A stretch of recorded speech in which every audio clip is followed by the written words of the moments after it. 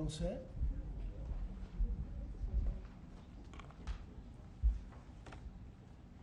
How are you?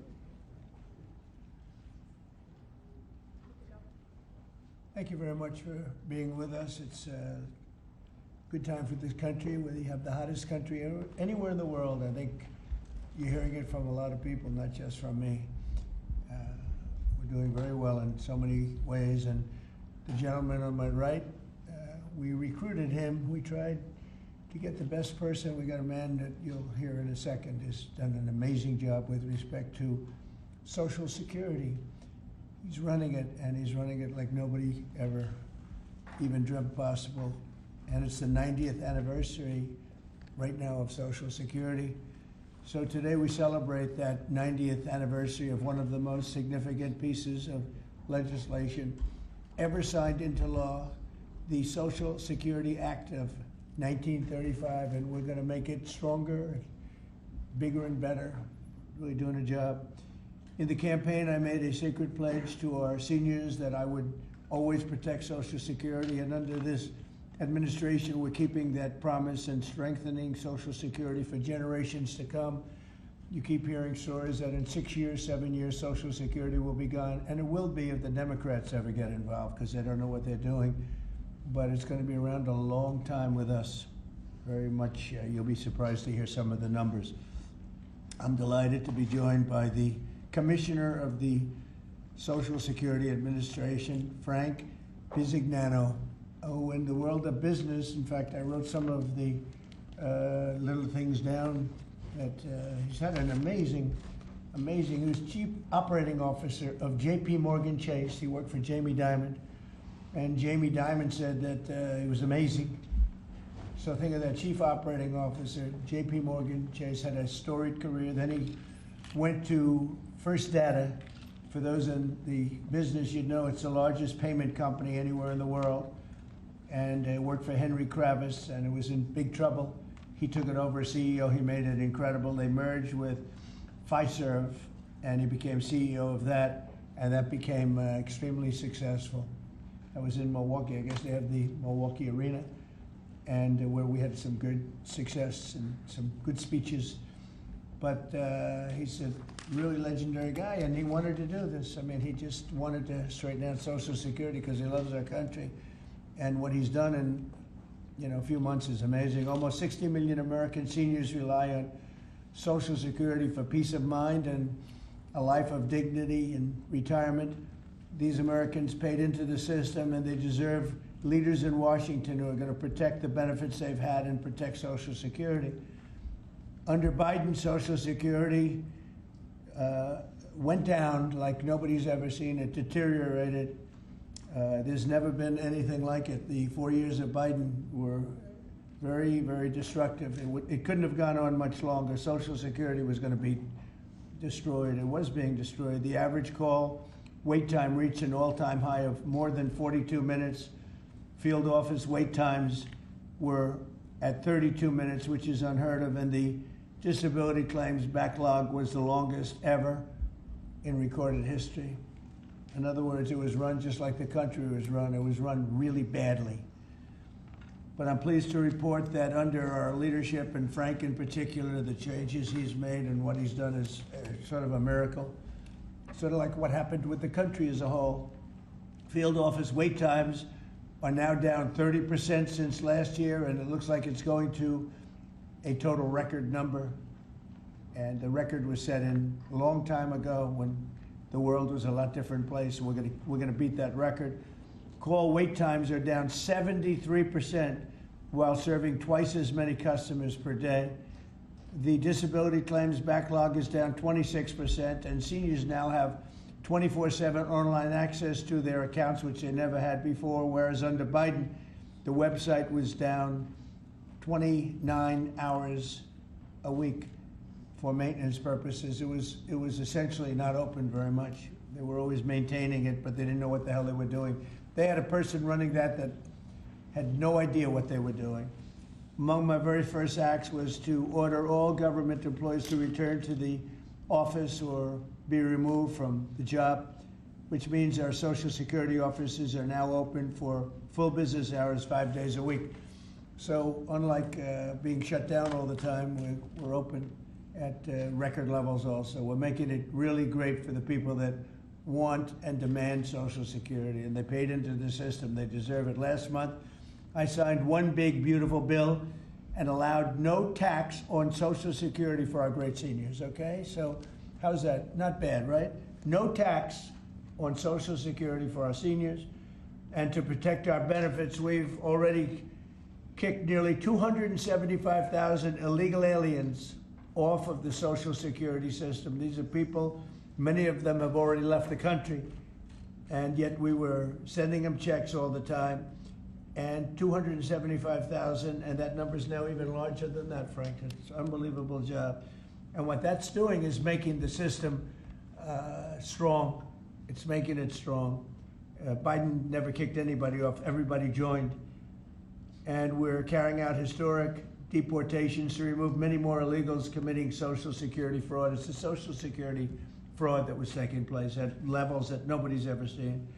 We cleared 12.4 million names listed in the Social Security database over 120 years of age. Think of that. So we had 12.4 million names where they were over 120 years old.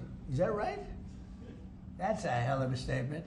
I have a feeling, Dan, that's not really gonna, that really didn't happen, did it? So you have 12.4 million names listed in the Social Security database that were over 120 years of age, meaning you were breaking records, because I've never heard of anybody at 125. There were nearly 135,000 people listed who were over 160 years old, and in some cases getting payments. So somebody's getting those payments, and we're after that. We're also fighting the menace of inflation to make life more affordable for American seniors, and we've ended Biden's inflation nightmare. So we had the worst inflation in the history of our country, and now our inflation is down to a perfect number, a beautiful number, hardly any at all. And yet our country's taking in tens of billions of dollars and trillions of dollars, actually trillions of dollars in tariffs. You know all about it. It's been amazing. They say, why are we taking in so much money? Last week they found $29 billion and they couldn't figure out where it came from. I said, check the tariff shelf. And they said, how did you know that's where it came from? We're taking in billions and even trillions of dollars in tariffs, paid by other countries who, frankly, were taking advantage of us for many, many years. And they were doing that to us, but our people didn't know it. We didn't have smart business people. We've ended Biden's inflation nightmare and came in below expectations, and yet, again, this past month, we set records. Gasoline prices are way down, and really dramatically, as everybody knows, and energy prices have been going down, other than in certain states where you have Democrat-run states where they put windmills all over the place. Anytime you see a windmill, you'll say, well, they have bad energy costs, and it's happening in New Jersey. I saw that there's a revolution going on in New Jersey. They closed up a nuclear power plant, and they're raising electricity rates by 21, 22, and 28%, something like that. And you're going to have a new governor in New Jersey. I'll tell you what, you have a good man running in the Republican Party. He'll get him down. But what they've done is they've killed so many good sources of energy for very expensive windmills and lots of other things that don't work. 401ks and retirement accounts are soaring, and the stock market is setting record highs. Almost every day we're going record highs, and yet we're taking in hundreds of billions of dollars in tariffs. So it's turned out that Trump was right and they were wrong. A few smart people knew what was going to happen. A few of us were right. So we're going to keep the fighting going. We're going to make America's seniors every single day. We're going to fight for them. We're going to make them richer, better, stronger in so many different ways. But Social Security is like pretty much the one that we think about, and we love it, and we love what's happening with it. And it's going to be good for 90 years and beyond. Again, you were given only a short period of time. Social Security was supposed to be like down. Had they won the election, Social Security would have defaulted during Biden or Kamala's election, whoever they so chose, two beauties. And now what I'd like to do is ask Frank to say a few words. Again, this is a man with a really storied past. He's one of the most successful anywhere in the world. What he did at J.P. Morgan Chase and what he did for Henry Kravis and all of the others are like legendary stories. And he just wanted to do this. He's making about a tiny fraction, I would say, a tiny fraction of what you used to make. But he didn't care. He wanted to do it. He made a lot of money. And he said, I want to run that system. I want to put it back on track. And he's got an unbelievable talent over there. It's like a different place. So Frank, would you say a few words, please? Sure. Thank you. There's less than 1% tiny fraction, sir. Is that what it is, less than one? That's a tiny That's fraction. an honor. It's an honor. It is an honor. And I'd like to start off by thanking the president for his tireless effort in running the country, in what he's done across the country, meeting every commitment. And, you know, I see it directly in the big, beautiful bill, the opportunity that it's brought to seniors. But his effort on every commitment, delivering against it, and delivering on world peace tirelessly. I'd like to also thank him for my opportunity. You know, he's teasing me, I'm teasing him about the economics of the job. But the reality is to serve 300 million Americans, which is what Social Security serves, is a tremendous honor. And him putting that faith in me and building what I believe, and I think I have a right to say it, is the best leadership team ever assembled in the White House and in the cabinet. So that's my great honor. So I come here and get the opportunity to serve the American public in a manner that I never imagined in my life. And what we found was the opportunity to fix a foundation. The reality is, people talk about 72 beneficiaries. I talk about over 300 million Americans with a Social Security number that we must protect through the system. And when you look at what we talk about in eliminating Social Security numbers that were live in the system, they could carry fraud through the whole system.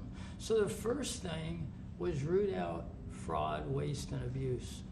But while doing it, the best way to be more efficient is provide more accurate payments and better service. And you heard the numbers. I think the most staggering number is that we had a website that was down 29 hours. This will be a digital-first agency, and we are building my SSA accounts. That's the digital account. And we have a bold goal of 200 million Americans to have a digital SSA account by the end of next year. It will happen. Just like we had a bold goal of single-digit wait time on the calls when they were at 40 minutes. And we did that. This is my 100th day. We did that within 90 days, right? Get the web up and running, bring technology to our field offices, use digital presence to answer and serve the American public. That's the job. When we do all that, then we'll really know the answer to if we have a hole, right? I was presented in my second week on the job with $18 billion in errors by the Inspector General. It was public. In less than a month, we solved $9 billion of it. So that's the type of swift action we can take, right? You see the things like the big, beautiful bill for the seniors. You see better digital services. You see field office wait times down. If you make an appointment to have a field office visit, it now happens in 6 minutes. Unprecedented. We are serving more people and delivering more than was ever delivered before in a manner with the highest possible quality, and we've just begun. You should expect this to be a great digital-first agency. My commitment to make this happen is as deep as the president's commitment to make the world a great place. And you see the fabulous job happening here across America and what he's doing in the world. You should expect Social Security, just like the president I thank him for making America great again. It's happening. Social Security will be great again. You have my commitment. Thank you, Mr. President. Thank you very much, Frank. I'm going to sign the new proclamation, please. Sir, this is a proclamation both commemorating the 90th anniversary of the Social Security Act, the signing of the Social Security Act, and also the incredible accomplishments of your administration, fixing and promoting and safeguarding Social Security. And it also obviously mentions the fact that as part of the One Big Beautiful Bill, a vast majority of our senior citizens are no longer paying taxes on their Social Security benefits, as you promised in your campaign and as you delivered for the American people. That's a big factor, isn't it? Huh? Yes, sir. That's great. I think they're very happy about it, too. They're very happy about a lot of things. Good job, Frank. Thank you, sir. And Frank has brought with him some of the most talented people in business, and they were making a lot of money, but they made a lot of money. They had money they didn't have to make anymore, and they just want to do this. They want to have our country become strong and good, and that's what's happening. And we're doing that in a lot of locations, a lot of areas. You deal with some of the people that are commissioners, that are secretaries of state, secretaries of treasury and of commerce, people that were really, really successful people, and they gave all that up to make a very small amount of money. They don't even consider it a fraction. You say 1%, less than 1%. That's pretty good. That's a big pay cut.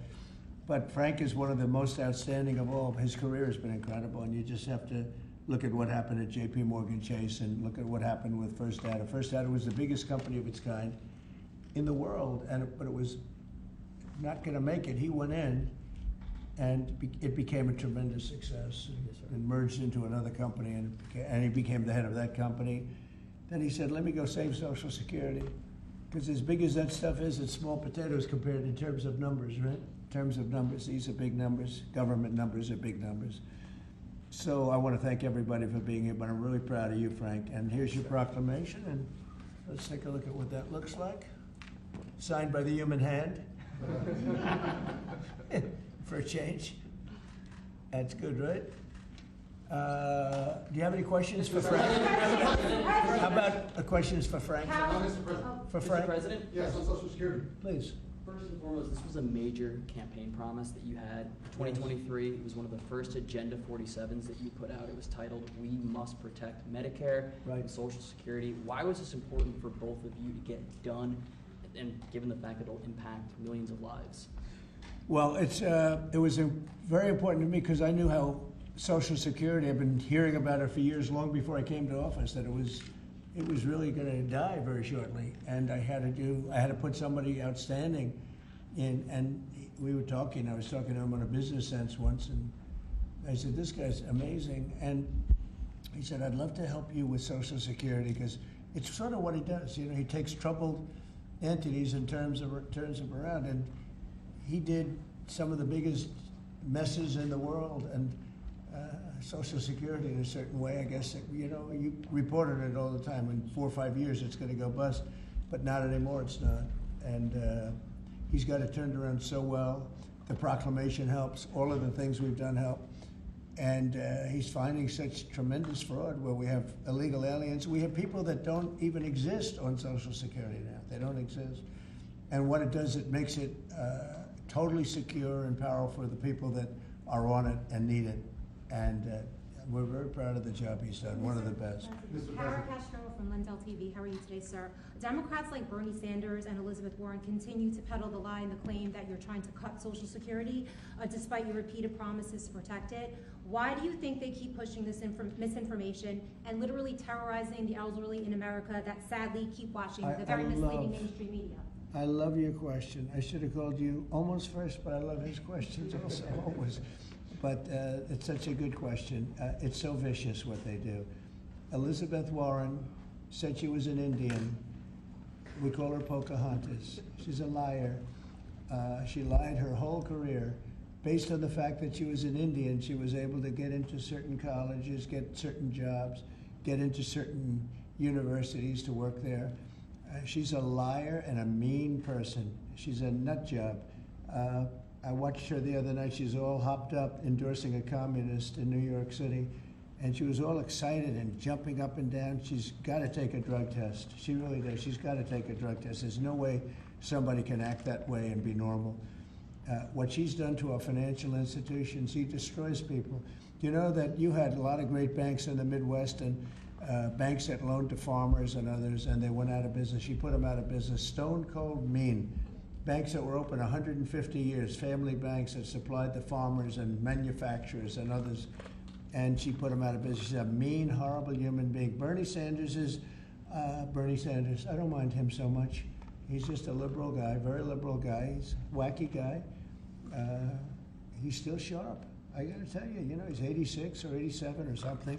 He's still sharp. You compare that to Joe Biden, it's, you know, sort of what happened. So I don't mind Bernie Sanders. With him, you know what you're getting. You're getting a guy, he's a nasty guy, but he's somebody that, I don't know if I call it a fastball, but he's able to throw the ball pretty well. He's okay. I watched him the other day. He was totally on the opposite side of things. I will say this, the biggest issue right now, and an issue that's really taken hold, is crime, stopping crime in the cities, and the Democrats are fighting the stopping of crime. So I think that's like men playing in women's sports is okay, or transgender for everybody, okay. But this is a bigger issue. This is the biggest of all issues. Crime is rampant in D.C. It's rampant in our generally blue-run cities, and they've got to do something about it, or they're never going to win another election. And instead of calling me a dictator, they like to say Trump's a dictator. Trump's a dictator. Well, I had calls from many, many friends, including Democrats. I have a lot of Democrat friends, but they're normal people. And they were thanking me so much for what I'm doing in D.C. They feel so safe already. And you know, at the border, we had 0 people come in, and this is done by a liberal group. They're the people that do it. I have nothing to do with it. 0 people in 3 months. We had 0, 0, and 0 for 3 months. And last year we had millions of people pouring in from all countries, from jails, from drug addicts, gang members, drug dealers by the thousands and thousands. 11,888 murderers, half of whom committed more than one murder. They flowed into our country, and for the last 3 months we had none. And I didn't remember when Joe Biden used to always go, I need legislation. I had no legislation. I just said, we're closing the borders, and the whole world understood it because they respect your country again. They really respect this country again. They didn't respect it. When he said it, it didn't mean anything. But now they know it meant a lot. And Mexico does what we tell them to do, and Canada does what we tell them to do, because we had the 2 borders. We have the northern border, the southern border, and they were both horrible. But now it's some people say it's a miracle. Well, what Frank has done with Social Security also is something very special. But what we're doing with crime, which will be your next question, I guess, that's because everyone's they're afraid. Half of the people here, maybe all of the people here, most of you live in D.C., you are petrified to go out. And you're liberal, and if you're liberal, you're going to have to change. You're Democrats, you're going to have to change your ways. So we will have crime under control very shortly in D.C., but they're record numbers. And sadly, what I guess the mayor did, but whoever it was, they asked the numbers to be fudged so that it would show less crime than the fact. The fact is, it's worse than it's ever been, and we will have it just like we did at the border, where the borders are totally in great shape right now, the best ever, record-setting shape. We'll have the crime situation solved in D.C. very soon. And we're also going to beautify the city. We have a beautiful city, but you can't have graffiti, and you can't have roads with potholes, and you can't have the medians, the dividers in the roads falling down on the street. We're going to be beautifying the city, making it really beautiful. We're going to be getting the criminals the hell out of here. We don't want the criminals in Washington, D.C. Mr. President, one on your Putin meeting and then one on D.C. crime. Are you prepared to offer Vladimir Putin access to rare minerals to incentivize him to end the war? We're going to see what happens with our meeting. We have a big meeting. It's going to be, I think, very important for Russia, and it's going to be very important for us, and important for us only that we're going to save a lot of lives. Look, we have, we're not paying any money, as you know, to Ukraine. We're supplying equipment. We're being paid 100% plus for that equipment. by NATO. And I got NATO up from 2% to 5% of GDP. They now have billions of dollars. NATO is a very rich group of countries, and we make the best military equipment anywhere in the world by far, and they're buying our equipment, and they're paying 100% for the equipment, 100%. In fact, they owe us about $2 billion now. They're going to send a check. Another one was sent recently for $1 billion.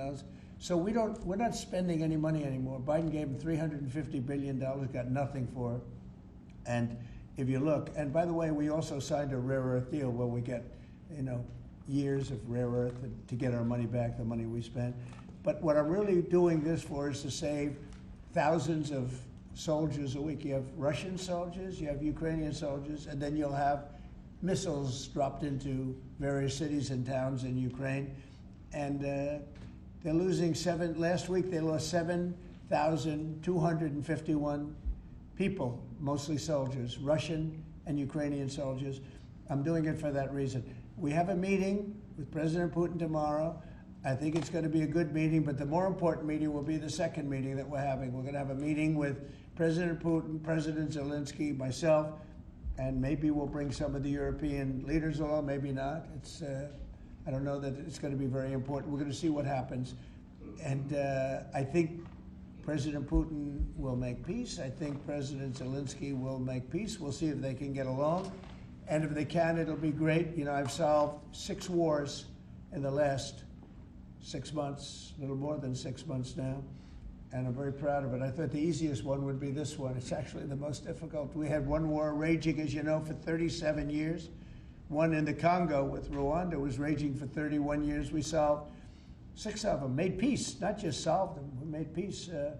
If you look at Pakistan and India, planes were being knocked out of the air. 6 or 7 planes came down. They were ready to go. Maybe nuclear, we solved that. I thought this would be maybe an easier one. It never made sense, this war. It would have never happened when I was president. If I were president, this war would have never happened. But millions of people have been killed. And I'm there for one reason, to see if I can solve. This was Biden's war. This isn't my war. I want to see if I can stop the killing. Yeah. But rare earths, do you plan to offer him access to that at all? We have great rare earth. We made that as payment for all of the money that we've spent so foolishly in Ukraine. We spent $350 billion. Now Europe spent $1 billion. That's a lot of money. They spent $100 billion. That's a lot of money, but we shouldn't be spending a lot more money than them, and they understand that. And I think that's maybe why we're not spending money anymore. We're not spending any money. They're paying us for everything. So people are shocked when they hear it. They don't even understand. They don't even write about it. But we're not spending money, but we are spending a lot of time trying to get the war solved. If we can get the war solved, we'll be very happy. As far as rare earth, that's very unimportant relative to, I'm trying to save lives. And on DC crime, sir, on DC crime. Do you have a message for the Democrat lawmakers like Nancy Pelosi or media who are saying, after living here for many years, that there is no crime and you're trying to start a new news cycle? It's another reason why the Democrats lost the election in a landslide. They lie. It's just lie. Look, the crime is very bad. I think they'd be much better off saying, we want to help President Trump with the crime because it's an epidemic. It's a tragic situation. It's the worst it's ever been. And we want to help President Trump with the crime, as opposed to, he's a dictator. He's a dictator. People are so happy to see our military going into D.C. and getting these thugs out. As you know, we arrested a lot of people yesterday. We arrested a lot of people today. We're getting people that have arrest records that you wouldn't believe. 28 arrests, 15 arrests, brutal, brutal people. And we're going to have to do something about this cashless bail, because people shoot somebody, they kill somebody, and they're out on the street in less than an hour. Now, that's when it's all started, in New York, in Chicago, Los Angeles. You take a look. If we didn't go to Los Angeles to help this incompetent governor and a mayor that doesn't know what the hell she's doing, if we didn't go to Los Angeles, you wouldn't have a big part of it burned down. The other part of it would have burned down too. You would have not had, I don't think you would have been able to have the Olympics. We have the Olympics. I have a lot at stake with that because I'm the one that got the Olympics. I got it in my first term. And I was saddened because I got it for what would be my third term, okay, which turned out to be second term. And the Olympics, it's a great honor, but I felt badly because I said I won't be president when the Olympics came. Well, through circumstance, I am president. I want to make sure the Olympics is great, the World Cup is great, and the 250, maybe the most important of all, is the 250-year celebration is great. So what's happening is we will work very hard. You would not have had, I don't believe that if I didn't send in the troops, I don't think you would have had Los Angeles in condition to have the Olympics. I think you would have had to tell them, I'm sorry, you're going to have to go someplace else. And if you look at the police commissioner or the sheriff, he said, we really needed them. Thank God they were here. We really needed them. That was the first 2 or 3 days. After we solved their problems, then he said, well, I think we could have maybe done it. No, he was told what to say. He said, you go back to your files and see what he said. He said, thank goodness they came. If I didn't go and put our military there, or National Guard in that case, and we'll go military if we have to, but the National Guard went there. They were very effective. If we didn't do that, I don't think you would have had the Olympics in Los Angeles. The place would have been just like the 25,000 houses that burned down, where, by the way, the governor ought to focus on getting their permits. You know, the federal permits are given. Those are the hard ones, and they were given a long time ago. People can't rebuild their house because they can't get permits from the state and the city, and they ought to focus on that because it's very upsetting. I went there right after the fires. I walked the streets, and I met a lot of great people that want to rebuild their homes. We took care of it from the federal standpoint, but they're not taking care of it from the city standpoint, the mayor and the governor. They're not getting their permits. They can't build their houses. Mr. President, on DC crime. Go ahead, please. Mr. President, thank you. Do you think this summit and the incentives for peace you are putting on the table could end up rewarding Putin for his invasion of Ukraine? And what kind of signal do you think that could potentially send to other aggressors? No, I don't think it's a reward. I think that what we have is a situation that should never have started, should have never started. It didn't start under me, and for 4 years it wasn't even discussed. And I could see it was going to happen after I left. I could see what was happening. Everything that we did was wrong. Everything that was done was wrong. Everybody's to blame. Putin's to blame. They're all to blame. This is a war that would have never happened. The other question on LA, Mr. President, earlier today, the Washington, D.C. police chief issued an executive order allowing metropolitan police officers conducting traffic stops to notify federal immigration and customs enforcement about undocumented immigrants that they encounter. Yet the city has a long-standing pro-immigration policy, including allowing non-citizens to vote in local elections. Which is ridiculous. And limiting cooperation with federal immigration agencies. Right. Did your administration pressure the D.C. police chief to review and repeal these policies? And will you require other cities to roll back similar policies to avoid possible federal takeover of local law enforcement? So what you're saying is that it was a very positive thing. When they stop people, they find they're illegal, they report them, they give them to us, etc. That's a very positive thing. I have heard that. It just happened. That's a great step. That's a great step if they're doing that. Yeah, I think that's going to happen all over the country. We want to stop crime. I think if the Democrats aren't strong on this issue, they won't be able to do it. I think this is a bigger issue than all of the other ridiculous things that they, like open borders. Well, open borders is bad. Open borders has caused a lot of this problem, allowing millions and millions. I think 24 million people were allowed to come into our country. Many of these people from prisons, from jails, from mental institutions. This was the Biden policy. And I don't believe it was him. He was never there before. It was the people that encircled this very beautiful desk, the Resolute desk. Radical left lunatics who were smart, but radical left. And I'm very happy to hear what you just said, because I've heard that. And Mr. President, on LA, if I may, the mother of a 15-year-old California boy who was briefly detained at gunpoint in a case of mistaken identity, the LAUSD superintendent says that surveillance video shows armed agents wearing police and border patrol insignia. Given the National Guard, the Border Control, ICE agents, they're not trained in local policing. What specific steps are you taking to ensure that young people are not put in harm's way with these types of operations? Yeah, what they are trained in is common sense, and they're very tough people.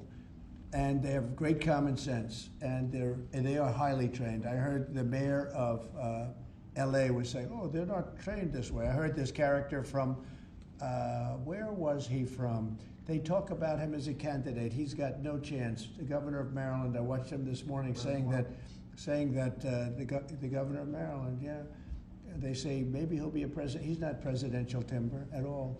But I heard him today talking about how the National Guard or the military is not trained in police, but they're trained in common sense, and they're trained in not allowing people to burn down buildings and bomb buildings and shoot people and all of the things.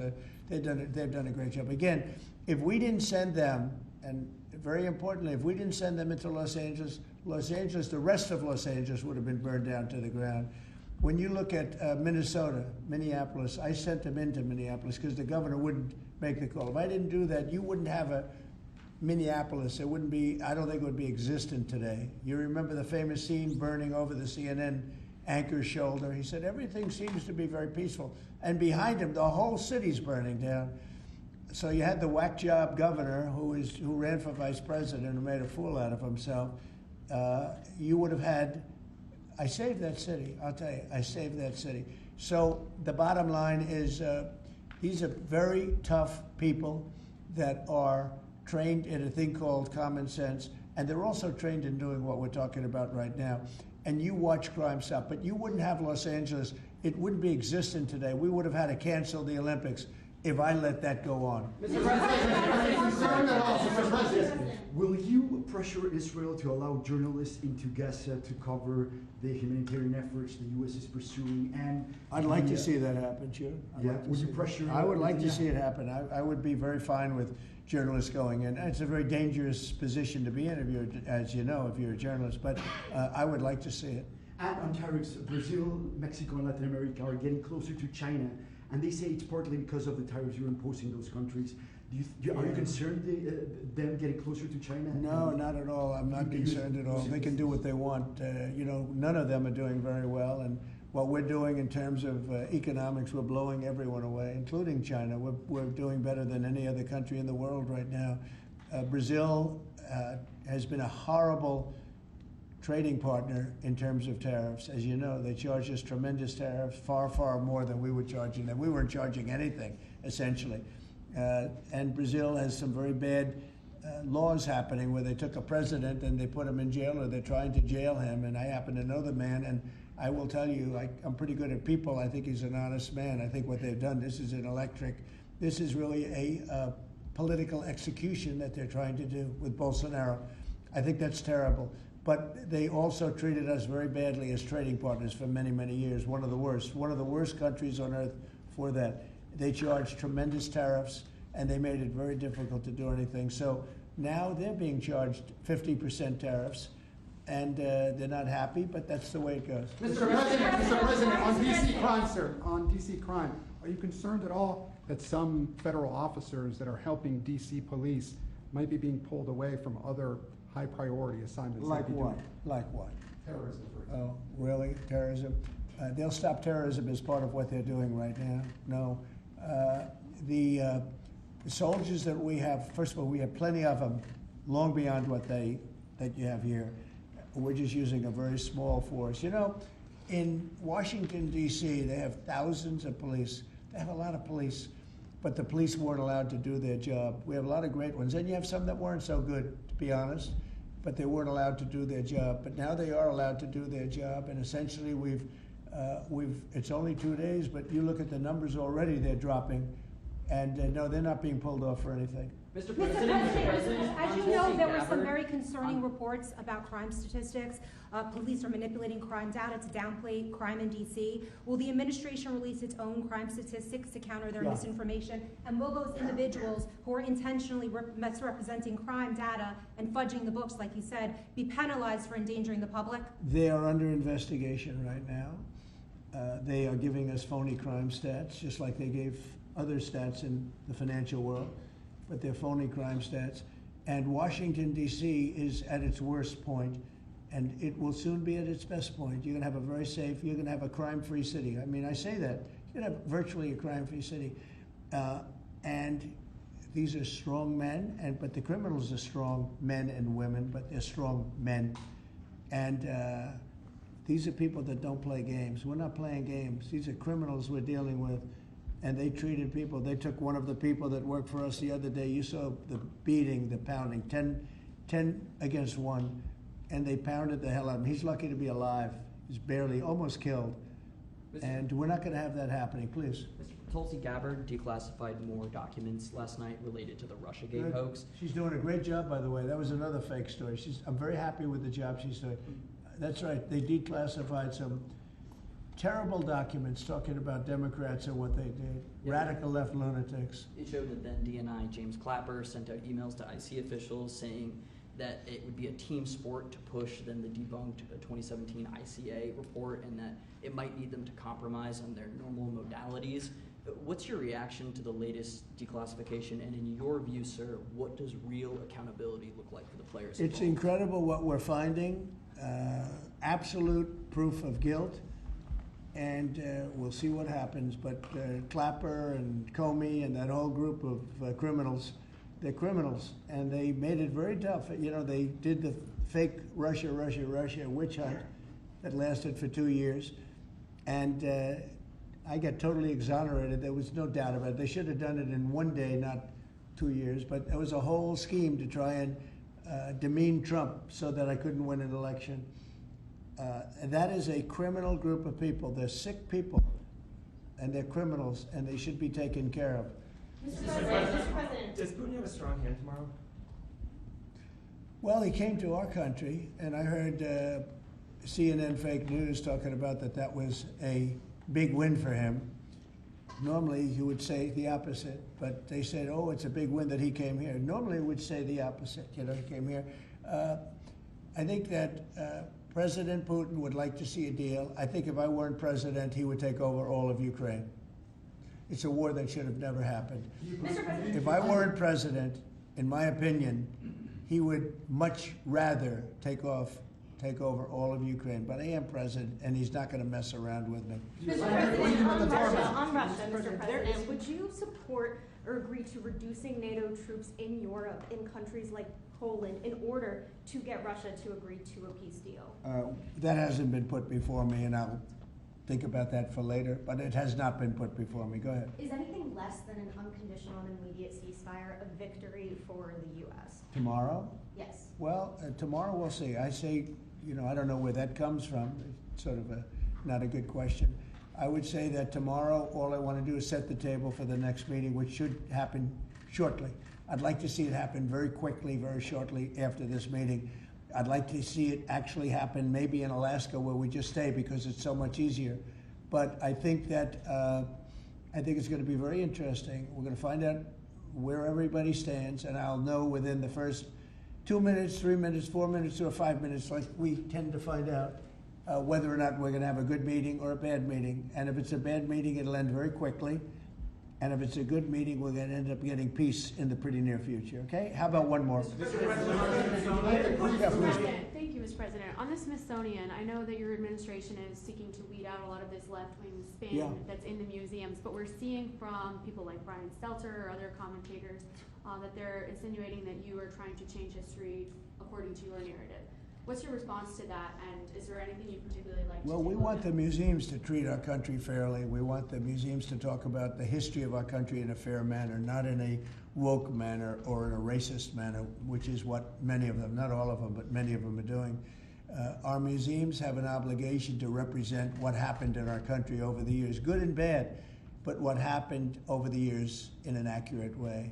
Thank you very much, everybody. Thank you, Press. Thank you, Press. Thank you. Thanks, guys.